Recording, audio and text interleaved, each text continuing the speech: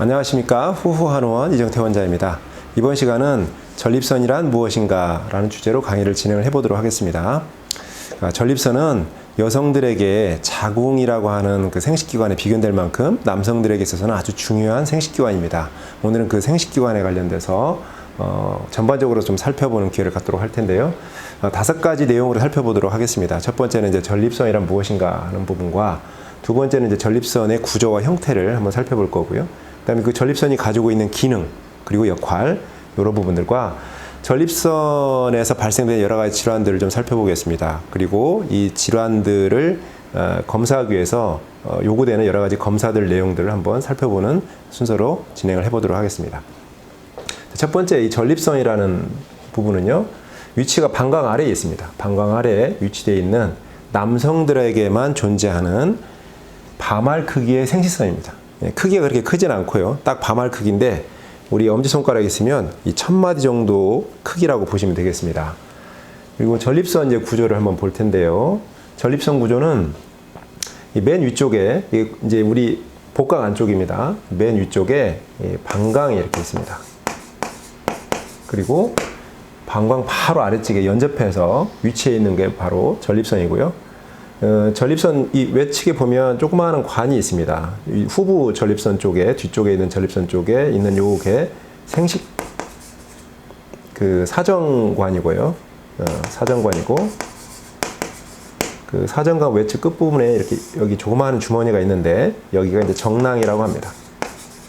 그리고 정낭 뒤쪽에 공간이 보이실 텐데요. 여기는 이제 직장입니다. 그리고 이제 전립선 바로 밑에 이렇게 연접해 있어서 아래쪽에 연접해 있는 요 구조물이 바로 이제 음경입니다. 음경이고, 그 다음에 그 아래쪽에 위치해 있는 여기가 이제 고환이 되겠죠. 예, 고환이 되겠습니다. 그리고 이제 전립선 바로 앞쪽에 치골이 위치해 있고요. 이게 치골 쪽에 있어요. 우리 아래쪽 이렇게 만져보면 딱딱하게 만져지는 뼈인데, 그 뼈 아래쪽에 치골 인대가 있습니다. 자, 이런 식으로 전립선과 주변 조직들은 구조를 갖고 있고요. 그럼 전립선은 어떤 기능을 갖느냐? 전립선은 정액의 일부를 만들어내는 기관이다라고 보시면 되겠는데요. 정액은 3가지로 구성이 되어 있습니다. 정액 구조를 보면 아까 여기서 살펴봤던 정낭이 있는데, 정액은 첫 번째가 이 정낭이 있고요. 그 다음에 그 전립선액이 있습니다. 그 다음에 합쳐져서 정자가 이제 이 3가지 물질이 합쳐져서 정액이 되는데, 이 정낭이 전체 정액에 차지하는 비중이 약 70%입니다.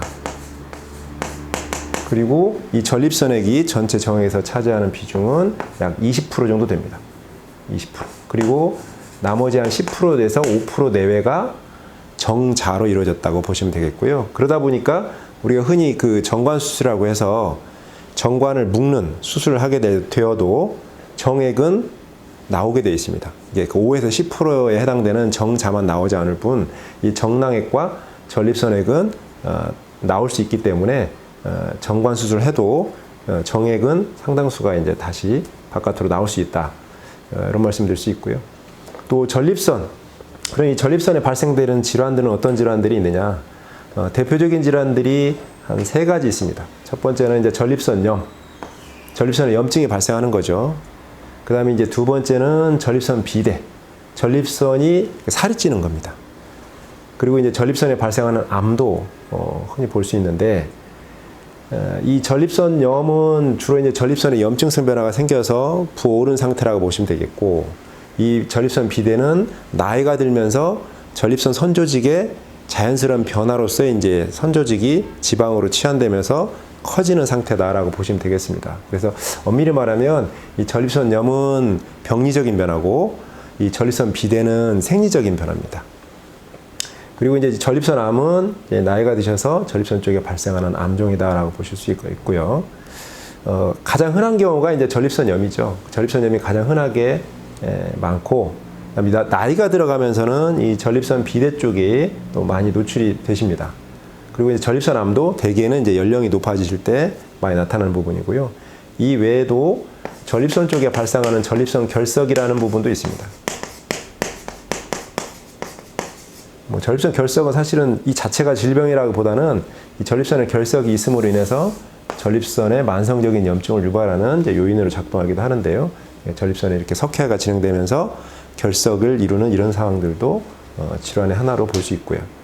그럼 이런 질환들을 확인하기 위해서 어떤 검사들이 필요하느냐? 보통 병원에 가시면 대표적으로 하시는 검사가 3가지입니다. 첫 번째가 이제 직장 수지 검사라는 건데요. 이 직장 수지 검사는 이 직장 쪽으로 손을 집어넣어서 손가락으로 이 전립선 후면을 자극을 합니다. 이렇게 가볍게 누르듯이 또는 마사지 하듯이 하게 되면 전립선 액이 이제 나오게 되죠. 그 전립선 액을 받아서 현미경으로 검사를 합니다. 통상 한 400배 배율 정도 되는 현미경으로 전립선 액을 살펴봤을 때 그 전립선 액에서 백혈구가 10개 정도 이상이 발견이 되면 전립선염이 있다라고 판단을 내리죠. 그래서 전립선염 판단에 되게 중요한 검사라고 보통 볼 수 있고요. 그 다음에 전립선 초음파가 있습니다. 전립선 초음파는 요 직장 쪽으로 이렇게 초음파를 넣어서 이렇게 해서 쏴서 전립선을 바라보는 방법도 있고요. 그 다음에 여기 아랫배, 이 하복부 쪽 있죠? 치골 바로 위쪽에서 이렇게 초음파를 쏴서 전립선 요면 쪽을 살펴보는 방법도 있습니다. 어떤 형태로든지 전립선 초음파로는 전립선의 크기, 또 전립선의 부피, 이런 형태학적인 변화를 볼 수 있고, 또 전립선에서 발생하는 이런 석회화들, 그 다음에 아까 말씀드렸던 전립선 결석, 어떤 유무들, 그런 것을 이제 육안으로 살펴볼 수 있는 그런 수단이 되겠습니다. 그리고 이제 전립선 특이항원 검사라는 게 있습니다. 흔히 이제 PSA 검사라고 많이들 알고 계시는데, 사실 이 PSA라고 하는 물질은요, 이 전립선에서 나오는 물질입니다. 전립선이 이제 전립선 액은 우리 정자가 떠다니는 물 같은 상태이기 때문에 이 물이 굳어지면 안 되겠죠. 그래서 이 전립선 액이 굳어지지 않도록 일종의 이제 효소처럼 역할을 하는 게 바로 이 전립선 특이 항원입니다. 요게 이제 부족해지면 전립선 액이 응고되거나 이러겠죠. 근데 그게 이제 그 PSA가 원래는 혈액 내에는 그렇게 높은 수치로 존재하지 않습니다. 아주 미량 존재하는데, 그게 전립선에서 어떤 형태학적인 문제가 생겨서 염증이나 또는 암이라든가 이런 문제가 생겨서 그 혈관 내로 이 특이 항원이 많이 유출이 된다고 할까요? 그러니까 넘어오게 되면 이 PSA가 높은 논도로 확인이 돼요. 그래서 흔히 이제 PSA가 높아지는 경우가 주로 이제 암에서 많이 발생된다고 해서 PSA 수치가 높으면 전립선 암의 지금 경우의 수가 좀 높다라고 판단을 하긴 하는데, 사실 이 PSA는 전립선 암뿐만 아니라 전립선이 손상됐을 때 일반적으로 높아질 수가 있습니다. 그래서 암 말고도 만성 전립선염, 그 다음에 급성 전립선염도 그 염증성 반응이 아주 강하게 있을 때는 이 PSA 수치가 짧은 시간에 굉장히 많이 높아지는 경우도 생길 수 있고요. 이외에도 아까 말씀드렸던 전립선 결석이 있을 때도 이 PSA 수치가 높아질 수도 있고, 또 전립선 비대에서도 PSA 수치가 높게 확인이 되는 경우도 있습니다. 그래서 PSA가 단순히 높다고 해서 무조건 암이다라고 얘기할 수는 없습니다. 그리고 또 반대로요, PSA 수치가 낮다고 해서 무조건 암이 없다라고도 볼 수도 없다고 합니다. 왜냐하면 아주 완고한 암인 경우에는 이 PSA가 높지 않은 상태에서도 존재할 수 있다고 그래요. 그래서 이 PSA라고 하는 것은 이게 참고적인 내용으로 이해하시는 게 좋겠습니다. 이게 있다고 해서 반드시 암이다, 그래서 너무 이제 불안해하실 필요는 없고, 보다 이제 정확하게 판단을 받아보시려면 우리 이제 전립선을 이렇게 바이옵시라고 해서 전립선의 세포를 이렇게 뜯어내가지고 그 조직 검사죠. 조직을 뜯어내서 그 안에서 전립선 암 세포가 발견이 되는지를 이제 확인하는 그런 과정을 좀 거친다거나, 아니면 PET-CT라고 해서 전립선을 이렇게 단면을 잘게 이렇게 잘라서 볼 수 있는 그런 영상 장치를 통해서라도 확인하는 방법이 있을 수 있습니다. 그래서 좀 더 세세한 확인 절차를 거쳐야 암이라고 최종적으로 판단할 수 있기 때문에 단순히 PSA 수치가 높다는 것만으로 암에 대한 공포를 시달릴 필요는 없다. 이런 말씀을 드리고 싶고요.